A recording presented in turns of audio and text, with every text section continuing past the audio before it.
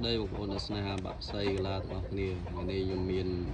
ប្រភេទភូមិចៅញីមកគ្រាប់តែជិតបងប្អូនគីឡូ24កន្លះបងប្អូនមកយកទៅថែលេងបានមកនេះប្រភេទទឹកវាយបងប្អូន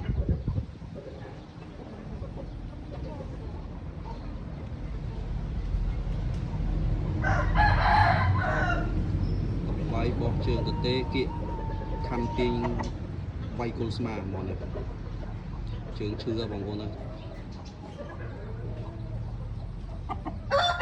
ខ្ញុំលោតបានម្ដងលោតជាមួយបកយគេវាយបកយបាក់ម្ចាស់គេចាប់ចេញហ្នឹងហើយបងប្អូនណាចង់បានឆ្លាញ់អាចអ្នកតំណងបាននេះជើងខ្លួនល្អច្បាស់វាយច្បាស់